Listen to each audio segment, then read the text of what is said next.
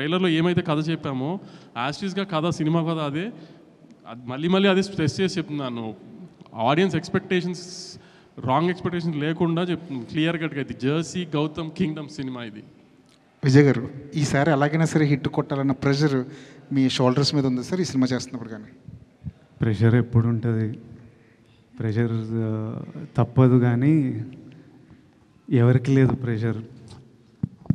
నాకు cinema perform చేయాలి, మా ప్రొడ్యూసర్ ఇంత డబ్బులు పెట్టిండు, ఆయనకు డబ్బులు రావాలి, డిస్ట్రిబ్యూటర్లు కొంటుండ్రు, ఆడియన్స్ మనకి ఇంత ప్రేమిస్తున్నప్పుడు వాళ్ళ ఆ రోజు ఇట్లా బుకింగ్స్ ఇట్లా చూసి వాళ్ళు రేపు వెళ్ళినప్పుడు ఎంజాయ్ చేయాలిరా, తృప్తిగా బయటికి రావాలి, అన్న మనం కొడుతున్నాం అంటే అరే నిజంగా కొట్టాలిరా మనం అని ఉంటుంది.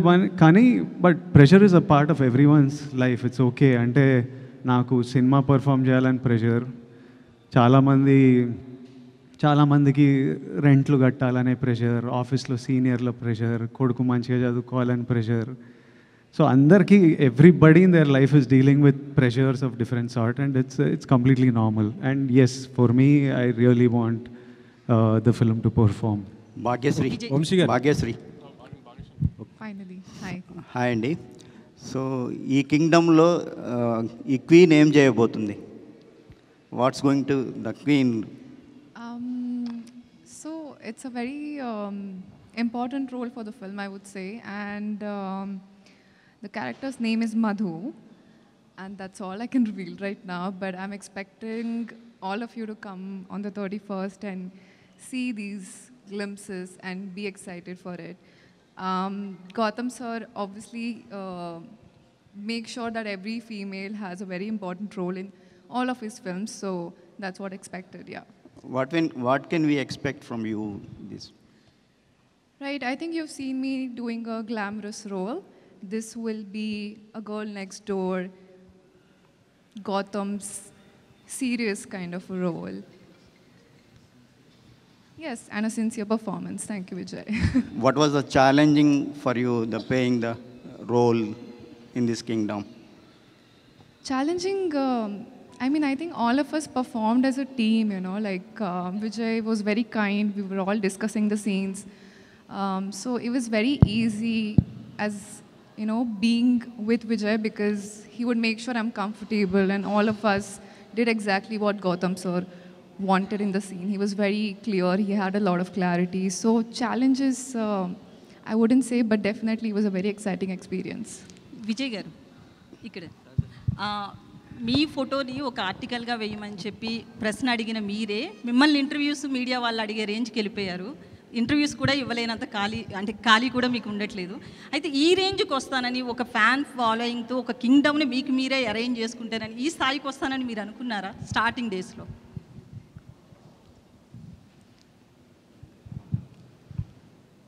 ఏదో పెద్ద కావాలి, పేరు సంపాదించాలి, డబ్బులు చేసుకోవాలి, అందరు రెస్పెక్ట్ పొందాలని అయితే ఉండే. అది ఎలా ఉంటుందో నాకు తెలియదు. జస్ట్ పెద్ద కావాలరా, పేరు సంపాదించాలి, డబ్బులు సంపాదించాలి, ఇదైతే ఫిక్స్ అయిపోయినా. అది ఇలా ఉంటుంది. ఇది జర్నీలో మనం we find out as we go. Every film opens new opportunities, every day is new. నేను తీసుకునే ప్రతి decision, today the decision I take will shape the next 10 years of my life. So తీసుకుంటున్న ఆన్ ద గో తీసుకుంటున్న decisions ఇవి. But the goal సినిమాలు చేయాలని ఇష్టం, హ్యాపీగా ఉండాలని ఇష్టం, చేస్తున్నది. సో ఇప్పుడు కింగ్డమ్ విషయంలో హిట్ కొట్టాలి అని చాలా స్ట్రాంగ్గా అనుకుంటున్నారు. అంటే ఎక్స్పెక్టేషన్ ఎవరికన్నా ఉంటుంది. బట్ మొన్న సినిమా చూసిన హరిహర వీరమల్లు సినిమాకి వచ్చినా కూడా డిప్యూటీ సీఎం రేంజ్లో ఉన్నప్పటికీ కూడా పవన్ కళ్యాణ్ వచ్చి తన మూవీని తనే నిలబెట్టుకునే పరిస్థితి ఉంది. ప్రజెంట్ ఇండస్ట్రీలో అయితే ఎవరైనా సరే కలెక్షన్స్ రావాలనే చూస్తున్నారు, ఎందుకంటే నిర్మాతకు నష్టం లేకుండా. ఇప్పుడు మీరు కూడా ఈ సినిమా హిట్ అవ్వాలనుకుంటున్నారు. ఇది కలెక్షన్స్ పాయింట్ ఆఫ్ వ్యూలోనా, లేకపోతే మిమ్మల్ని నమ్ముకున్న ఫ్యాన్స్, మిమ్మల్ని ఇష్టపడుతున్న ఫ్యాన్స్కి ఒక ట్రీట్ ఇవ్వాలనా? ఏ సినిమా అయినా డైరెక్టర్ కథ రాసినప్పటి నుంచి, యాక్టర్ ఒప్పుకున్నప్పటి నుంచి ఒకటే గోల్ ఉంటుంది, జనాలు ఎంజాయ్ చేయాలని. అది ఒకటే, మన audience, that is the single goal. అది అచీవ్ అయినామంటే అందరు హ్యాపీ ఉంటారు, డబ్బులు వస్తాయి, పేరు వస్తుంది. So nobody thinks about any other way around. ప్రతిసారి గోల్ ఆడియన్స్ మన సినిమా ఎంజాయ్ చేయాలరా, అదొక్కటే ఉంటుంది ఆల్వేస్. వంశీ గారు ఓకే. యాక్చువల్లీ లాస్ట్ టైం ఒక ఇంటర్వ్యూలో కూడా మీరు మాట్లాడుతూ పిఆర్ఓ వ్యవస్థ మీద మాట్లాడారు కదా, పిఆర్ఓలు బెదిరిస్తున్నారు, బ్లాక్మెయిల్ చేసే రేంజ్కి వెళ్ళిపోయారు అని చెప్పి. అయితే కొంతమంది పిఆర్ఓలకి ఈ విషయంలో కోపం వచ్చింది. ఎందుకంటే ఎవరో పర్టికులర్గా వాళ్ళ గురించి చెప్పకుండా అందరినీ ఒక పిఆర్ఓ టోటల్ వ్యవస్థను అన్నారు అని చెప్పి, పర్టికులర్గా ఎవరైనా ఉన్నారని మీరు చెప్పాలనుకుంటున్నారా? ఆ రోజు ఆ ఇంటర్వ్యూ అడిగిన అతను అయితే మాత్రం మిమ్మల్ని ఆ క్వశ్చన్ అడిగిన ఆయన తిరిగి ఆ క్వశ్చన్ వేయలేదు, పర్టికులర్గా చెప్పండి ఆ నేమ్స్ అని చెప్పి. మీరేమన్నా దాని గురించి ఓపెన్ అవ్వాలనుకుంటున్నారా? లేదండి, కింగ్డమ్ గురించి చెప్తే నేను దేని గురించి ఓపెన్ అవ్వాలనుకోవట్లేదు. సార్ వంశీ గారు, ఇది అంటే కింగ్డమ్ ఈ స్టోరీ అంటే గౌతమ్ దిన్నూరి ఇది ఫస్ట్ చెప్పింది రామ్ చరణ్ అన్నారు కదా, ఆ స్టోరీనా లేకపోతే ఇది వేరే స్టోరీ సార్? ఇది వేరే స్టోరీ అండి. మొత్తం చరణ్ గారికి చెప్పింది ఈ కథ కాదు. ఈ కథ కాదు. సో ఒక 15 days అయితే మళ్ళీ మీరు ఇంకొక సినిమా రిలీజ్ చేయబోతున్నారు. ఈ బిజీ షెడ్యూల్లో అది ఆ ఈవెంట్ అయినా చేయబోతున్నారా వార్ 2 సంబంధించి? అది కూడా చాలా తక్కువ టైం ఉంది కదా. మండే తర్వాత వార్ గురించి మాట్లాడుకుందాం అండి. ఈ 4 రోజులు అయితే నేను కింగ్డమ్ అయితే ఉండదు. మండే తర్వాత వార్కి ఏం చేయాలి ఎన్ని తర్వాత మండే తర్వాత మాట్లాడుకుందాం వార్ గురించి. విజయ్ని తీసుకోవడానికి కారణం ఏంటి సార్? అంటే గౌతమ్ దిన్నూరి ఈ స్టోరీ విజయ్ కోసం చేశారా లేకపోతే ఇంకేరేదనండి? లేదు, గౌతమ్ నాకు వచ్చి చేద్దాం అనుకున్నప్పుడే నేను విజయ్ గారికి ఒక కథ అనుకున్నానండి. ఆ విజయ్ గారితో సినిమా చేద్దామని అది చెప్పాడు డైరెక్ట్గా. వేరే ఆప్షన్స్ ఎప్పుడు మేము పెట్టుకోలేదు. అందుని విజయ్ గారు అనుకున్నాం, అది విజయ్ గారితోనే అలానే ప్లాన్ చేసాం అంతే. విజయ్ గారు, మీ లాస్ట్ సినిమా ఫ్యామిలీ స్టార్, అది ఫ్యామిలీ ఆడియన్స్ కోసం తీశారు. ఇది ఏ ఆడియన్స్ పర్టికులర్గా ఎవరి కోసం అనుకుంటున్నారు అసలు? టికెట్ బుక్ చేసుకుంటున్న ప్రతి ఒక్కరికి కింగ్డమ్ వాళ్ళందరి కోసం కింగ్డమ్. యుద్ధం ఎవరి కోసం, ఎందుకు చేస్తున్నారు? ఏ యుద్ధమైనా ఫ్యామిలీ కోసమో ప్రేమ కోసమో లవ్వే ఉంటుంది రూట్ కాజ్. మన ల్యాండ్ కోసమో మనం పుట్టిన మట్టి కోసమో ఫ్యామిలీ కోసమో లవ్ కోసమో ఇదే ఉంటుంది. హిస్టరీలో ఏ యుద్ధం తీసుకున్నా దీని గురించే ఉంటుంది. ఇది కూడా అలాంటిదే. మొన్న ట్రైలర్ లాంచ్లో లాస్ట్లో మీరు మీ స్లాంగ్ మార్చారు, యాస కుందియా రాయలసీమ యాస మార్చారు కదా, అది చెప్తూ అది బాగా ట్రెండ్ అయింది. అసలుకి బాగా మీ ఫ్యాన్స్ కానీ అందరు కూడా బాగా ఎంజాయ్ చేశారు. అంటే నెక్స్ట్ రాబోయే రౌడీ జనార్దన్ దానికోసం ఉన్నట్టు ఆ యాసతో ఉన్నటువంటి సినిమానా అది? ఆ డైలాగ్ అది నేను అనంతపూర్లో చదివినానన్నా, సో ఇంకా యాస అంటే ఇష్టము. తిరుపతిలో ఉంటేవి అట్లా మాట్లాడిన అంతే. అంటే రౌడీ జనార్దన్లో నెక్స్ట్ అధిక వ్యాస ఉండబోతుంది? లేదు, నెక్స్ట్ రాయలసీమ అబ్బాయి రాహుల్ సంకృత్యంతో రాయలసీమ బ్యాక్డ్రాప్లో సినిమా తీస్తాడా అందుకు.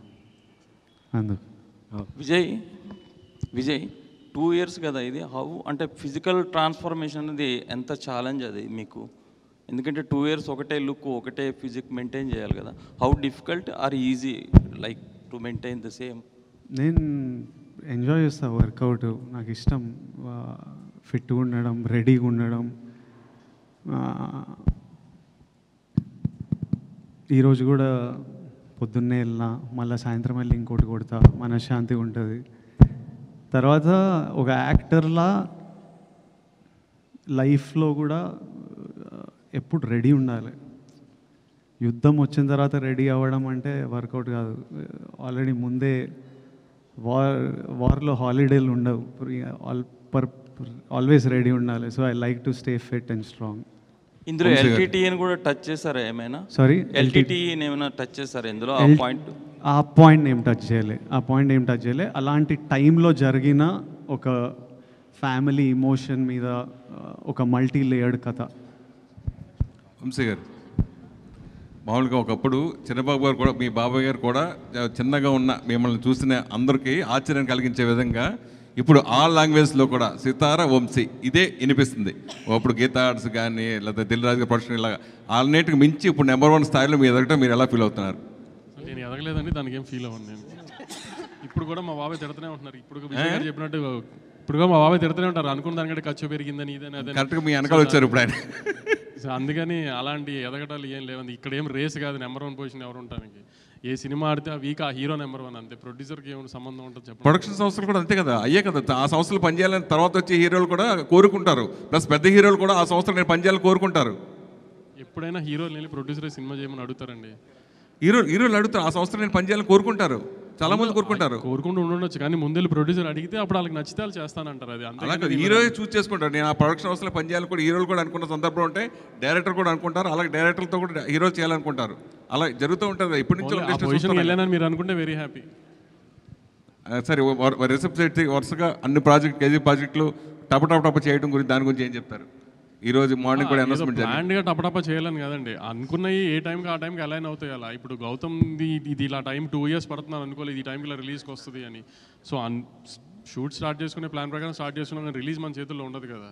ఇది కూడా 3 రిలీజ్ డేట్లు మారాం యాక్చువల్లీ. సో ఏది మన చేతుల్లో లేని ఏం చేస్తాం, అవి మనం డిఫైన్ చేయలేని కదా కొన్ని. విజయ్ గారు వరుసగా మన సక్సెస్ ఫెయిల్యూర్ మన చేతిలో ఉండేది కాదు, అది అందరికీ మనకు తెలుస్తుంది. అయితే మీరు నటుడిగా ఈ సినిమాకి ఒక పై మెట్టు ఎక్కిన పెర్ఫార్మెన్సే మాకు కనిపిస్తుంది, ట్రైలర్లో కానీ సాంగ్స్ కానీ. ఆ రకంగా చెప్తే ఏం చెప్తారు మీరు? అట్లా ఎందుకు అనిపిస్తుంది అంటే గౌతమ్ తిన్నూరి రైటింగ్ వల్ల, అనిరుద్ మ్యూజిక్ వల్ల, జొమాంటి జాన్, గిరీష్ గంగాధరన్ సినిమాటోగ్రఫీ వల్ల